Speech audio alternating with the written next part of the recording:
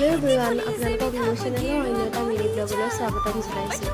কি দেখাম বুলি ভাবিলোঁ, আজি দুপৰীয়া কিনো বনাইছোঁ তাকে দেখাওঁ আপোনালোকক। আজি বনাইছোঁ নৰসিংহ আৰু মাছ বনাবলৈ নৰসিংহ আৰু বিলাহী পেষ্ট বনাই ল'লোঁ, আদা নহৰু খুন্দি ল'লোঁ, পিঁয়াজ কাটি ল'লোঁ আৰু এইফালে মাছ ফ্ৰাই কৰি কেৰাহীত পিঁয়াজ নহৰু আদাখিনি দি লৈ তাতে নৰসিংহৰ পেষ্টখিনি ঢালি দিলোঁ।